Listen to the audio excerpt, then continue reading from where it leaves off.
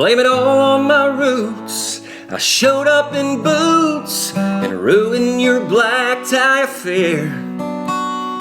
The last one to know, the last one to show. I was the last one you thought you'd see there. And I saw the surprise and the fear in his eyes when I took his glass of champagne. Well, I toasted you, said, honey, we may be through, but you'll never hear me complain. 'Cause I got friends in low places where the whiskey drowns and the beer chases my blues away. And I'll be okay.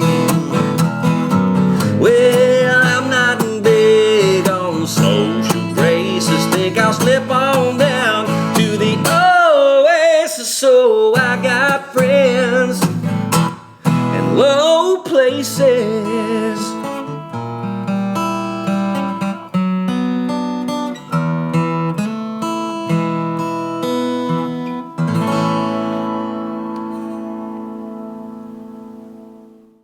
Welcome to The Bo Show, the home of faith, family, and freedom. Many of you will know that very, very famous song by Garth Brooks called Friends in Low Places. It's one of those huge crowd-pleasing hits that made Garth a live show superstar, swinging from ropes, bashing guitars on stage, and giving fans the ultimate show. But Brooks is now an entrepreneur and will be opening his very own bar called Friends in Low Places. Brooks made a point to say that he wanted it to be a place of diversity and inclusiveness, two key words that we hear a lot of these days.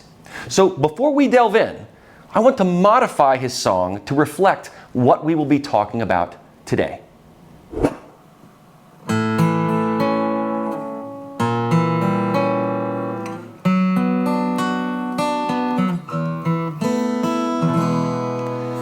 Blame it all on your roots, or blame it on suits to ruin a good time affair.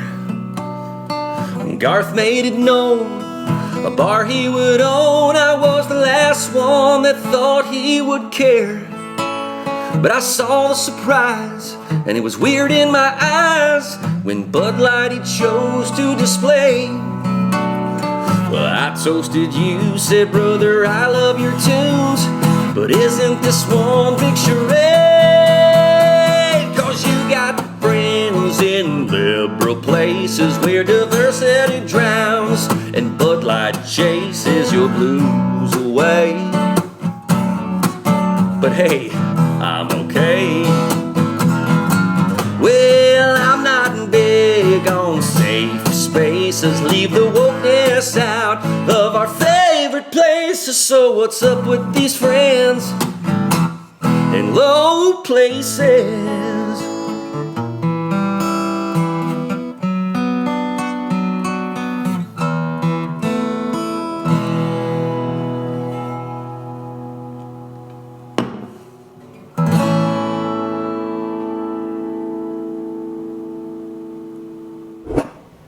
Okay, so now you know the score here.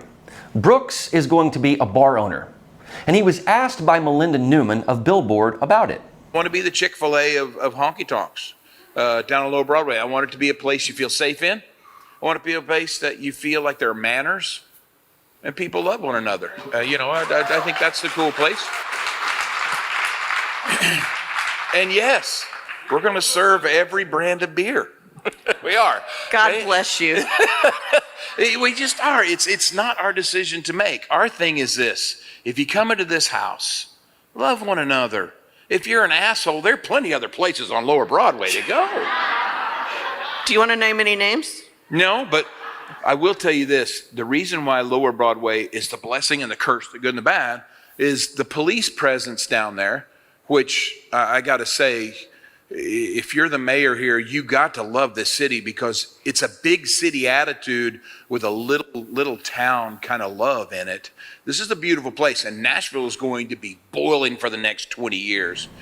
Listen to how Billboard's editor responded. God bless you. She thinks Brooks is a saint for saying that he would sell all brands of beer. He brought this up. She didn't. So in doing so, he is making a value statement. No one asked him, well, Garth, do you plan on selling Bud Light? He just spat it out. And then came the whole virtue of the response. God bless you. I mean, is Melinda Newman thirsty for a Bud Light at Garth's new bar? But also Garth is acting like it isn't his decision to make. Of course it's his decision. Every bar owner out there decides what products are sold. Why do you think that some restaurants serve Coke products and some serve Pepsi products? Have you ever seen one where they offer both? It's very rare. Proprietors have to make these calls. He is acting like he is putting it in the hands of his consumers, which, would seem to be the right thing to do in a free market. But the bar isn't even open yet. He doesn't even know the tastes of his customers yet. If he did a Twitter poll like Elon Musk does, I guarantee you it would show that those coming to Friends in Low Places will not want Bud Light after all that's happened. Do we really think that Brooklyn hipsters want to go drink Bud Light in Garth Brooks' bar? No. They're going to be in East Nashville, most likely, where the hipsters go. Lower Broadway is for country music loving tourists and bachelorette parties. And yes, at one time, if you didn't offer Bud Light, maybe some would wonder why. But at this moment, it is losing its premier status in the beer world. So he's already picking a losing horse, if you want to use the Budweiser Clydesdale as a pun.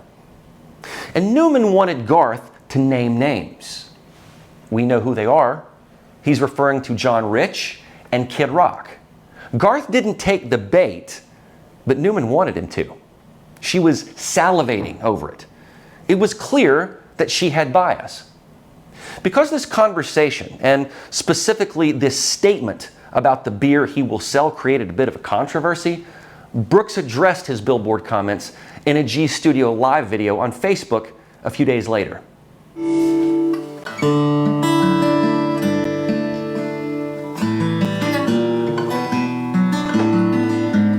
Hey everybody, welcome. It's at Studio G, a Monday night conversation. Pretty big week.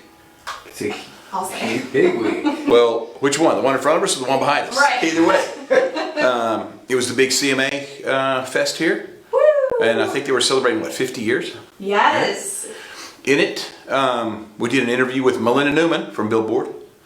And from that came quite a little bit of a stir.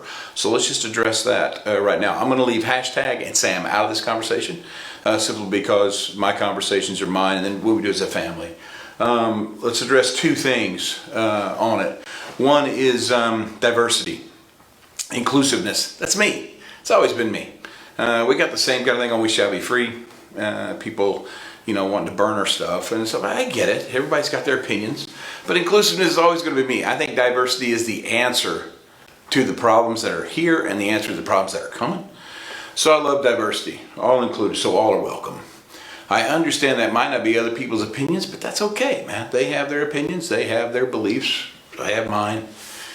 Second thing though, let's talk about being a bar owner. I'm a bar owner now. Are we going to have the most popular beers in the thing? Yes. It's not our call if we don't or not. It's the patrons' call, the bosses, right? Bring them in there. If they don't want it, then I got to go to the distributor say, hey man, your stuff's not selling. And then action gets taken, right?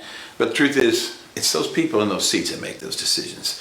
And that's what Friends in Low Places is going to be. So here's the deal, man. If you want to come to Friends in Low Places, come in. But come in with love. Come in with tolerance, patience. Come in with an open mind. And it's cool. And if you're one of those people that just can't do that, I get it. If you ever are one of those people that want to try it, come. Let's go have some fun, okay? So I don't know how to explain it any better than that, other than what was just said. So we good? Now, country singer Toby Keith already addressed this type of sentiment in his song, I Love This Bar. It ain't too far. Come as you are.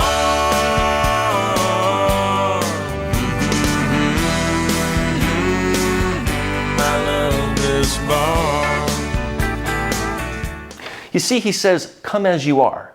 He's saying we've got every type of person in here, the suits and the misfits, but they all come together. I think Brooks wants to do that, but he made it a point to say, yes, we will sell every type of beer. That was an unforced error. And to top it off, he said, if you want to be an a-hole, you can go somewhere else. He is saying that if for some reason you disagree with Bud Light's ethos, you are an a-hole, and you should go to John Rich's or Kid Rock's bars, since they refuse to sell Bud Light. I think the right approach would have been, first off, not to bring the issue up, but secondly, if he was asked, say, hey, we may or may not agree with some of the decisions being made by the brand, but that's their circus. So all we want to do is just give the customer the choice. Free market, and if it fails, we will stop selling it. But a bigger message that Brooks is sending is when he says, diversity is the answer to our problems that are here and the problems that are coming. If this was Brooks's attempt to pacify those who are upset that he would champion Bud Light in the way that he did, this failed. Because essentially, he's doubling down. It's one thing to say, hey, I'm just a guy that embraces everyone as they are. But it's another to say that diversity will solve all of our problems. It was said that Garth turned down an invitation to sing at Donald Trump's inauguration. Well, now that wouldn't be very inclusive, would it? Because he did sing at Joe Biden's inauguration. He also sang at Barack Obama's inauguration. He said he had a scheduling conflict with Trump's inauguration, but I'm sorry, I don't believe that. It's a very typical cop-out.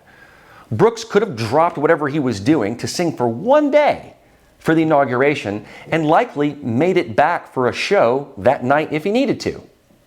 So this is the problem with faux tolerance. It gets hypocritical. You can't say, oh, I'm about love and light and tolerance and diversity, and call those who feel betrayed by Bud Light's culture war an a-hole and go somewhere else. If you made time to sing for Biden and Obama, why did you have a scheduling conflict for Trump's? Or has Garth ever sung for someone on the other side of the aisle, still in that spirit of love and tolerance? I think anytime that you use words like tolerance and diversity, but then in the same breath call someone else an a-hole if you disagree with their position, you have ripped up your own argument. Furthermore, Garth fails to understand the why. Why Bud Light drinkers were upset. Not because they were bigots or homophobes or anything like that, but because the brand tried to force something. They became part of the woke and political class. If he wanted to be just a plain old neutral capitalist, he could have done that. Notice, even though Elon Musk has done a bit of a political 180, he has never said, hey, Democrats, don't use Twitter. You are a-holes. He's never said that. He is for free speech. But see, this has been a constant battle in music, where artists worry about alienating half of their fan base if they get political. You have Hayley Williams, the lead singer of Paramore, out there at her concert saying this. I'll be happy to tell you, I'm very comfortable talking politics. And if you vote for Ron DeSantis, you're dead to me.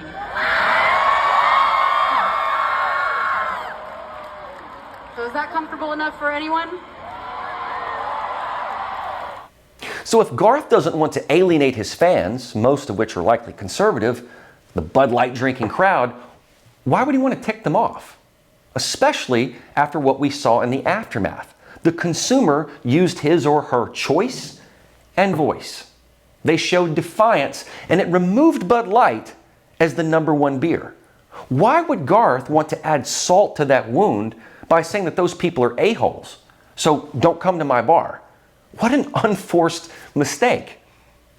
And there are a few other things that Garth said in this Billboard interview that I want to touch on that relate to this unforced error. Garth is creating a new radio station called Sevens Radio to curate a new blend of country music, which will include music by the trio formerly known as the Dixie Chicks, but now only known as the Chicks. Just because we get in some kind of shit fit where everybody's yelling at each other and all of a sudden the Chicks are canceled, don't make the mistake of going, yeah, well, their music wasn't any good. Their music was fantastic, right? So my thing is, I want to hear the new song from Luke Combs, followed by the new song from the Dixie Chicks or the Chicks, right? Thank you, sorry. Whew.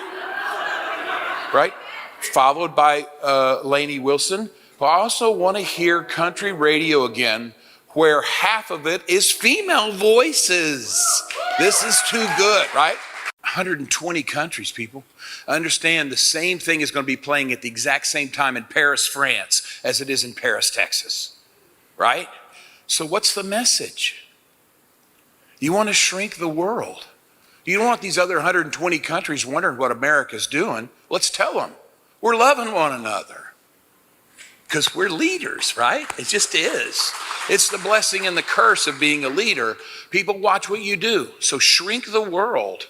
Have those messages through there that this is your day. Okay, so number one, Brooks has a little slip up there by calling them by their previous name.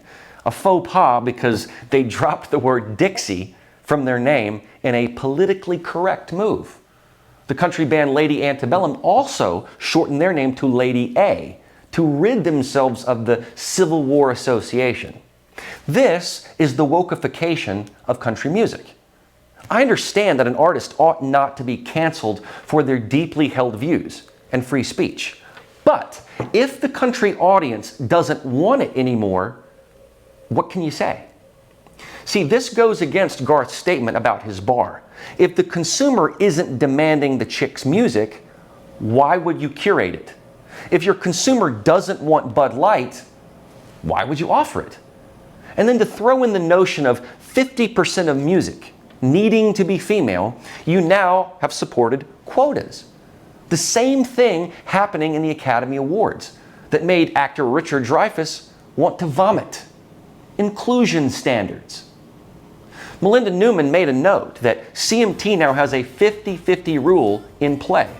50% of its artists must be female, even if you don't like the songs or you don't like the artist being played.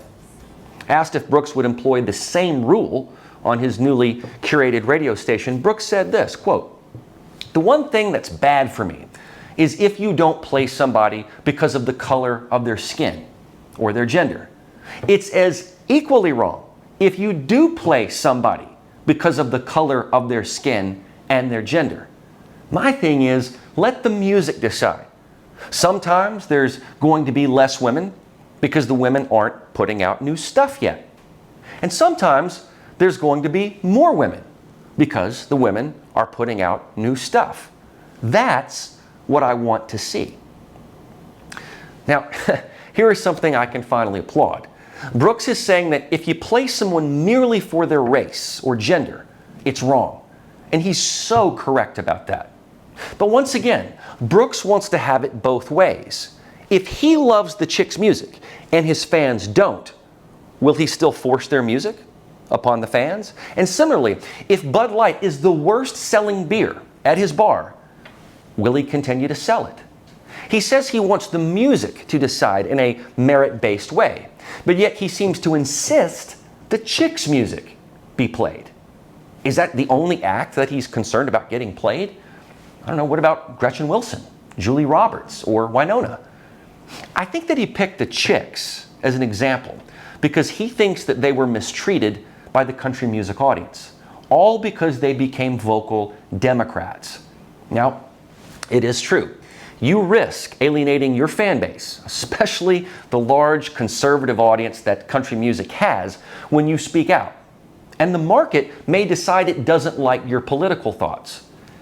It's the risk that you run. The difference is all artists should have the opportunity. And if the audience isn't there for it, then it just isn't there. Now, Garth is right that it is very difficult for an artist to break through radio because the record labels have it in a stranglehold. They use the illegal process of payola for decades. And if you weren't with a major label, and I wasn't, you don't get played. So see, I never had the proper opportunity. But if all of a sudden I got signed by a major label because they want more blonde-haired, blue-eyed male acts, I'd say, well, that's kind of weird. Shouldn't you be more interested in my music and whether fans actually like it? So I'm glad that Brooks wants a more fan-demanded level of content that isn't dictated by the labels, which have often been very wrong in the acts that they've picked. But similarly, if CMT has a 50-50 quota, isn't that forcing a statistic rather than the fans dictating it? And would CMT play Kid Rock now that he and John Rich are very anti-Bud Light? Will they be punished for their free speech? It's hard to say. But will Garth also play Rich and Kid Rock on his news station? Or does he consider them a-holes for the policies that they put in place at their bars? And I want to go back for a moment to the comparison Garth made of his bar being like Chick-fil-A. That was an interesting choice because, yes, Chick-fil-A has manners. The servers always say, "My pleasure." There's a culture there of gratitude, and that is to be commended. That was Estruat Cathy's goal. But it's also closed on Sundays because of religious reasons. Chick-fil-A is not a safe space.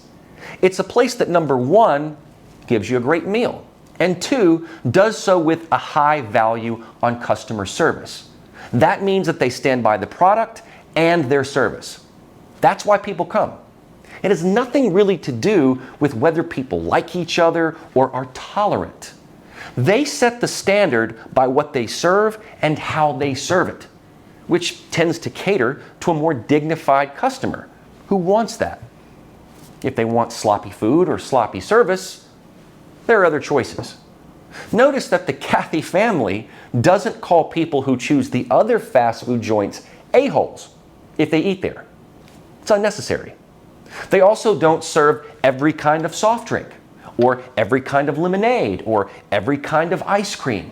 They make decisions based upon quality and what consumers are buying. They aren't forcing a culture. They are merely offering it. And that's a big difference. They don't have to say, we accept this type of person and serve this type of customer. They just do their thing and close up shop on Sundays. Nothing more really needs to be said. The quality and the service speak for themselves. They stand out in the fast food business. They are clean, neat, efficient, and polite. It's not about diversity or inclusion, it's just the implied quiet ethos that they have. But if Garth thinks that diversity is the answer to all our problems, boy, that's out there. It's a noble thought, but it's a pipe dream. Diversity doesn't solve economics, taxes, immigration, human and drug trafficking, homelessness, inner city crime, homicide, or even suicide. It's only a metric talking point. I fully understand the graciousness of Garth and his noble vision, but when you lead with this DEI notion, you fail to understand the root of problems because you see it in only one light. Garth didn't need to make this an issue. He could say, yeah, I have many friends who have other bars on Broadway, and there are lots of choices out there. I want my patrons to have a great time, share some laughter, and most importantly, unite with great music. You win when you say that. No one has to ask you what beer you are serving. Lower Broadway in Nashville, unfortunately, has just become a hodgepodge of three-level bars that use country stars' names for branding. It's full of bachelorettes and tourists. And if Garth wants his bar to stand out, let it be based on his music. People come for a good time and to dance and to see live music. So there's no need to embrace these friends in low places, especially if those friends are brands that are insulting your customer base. Simple business decision. Garth, I've always been a fan of yours, and you're welcome on this show anytime, my friend. I'm Bo, and that's the show.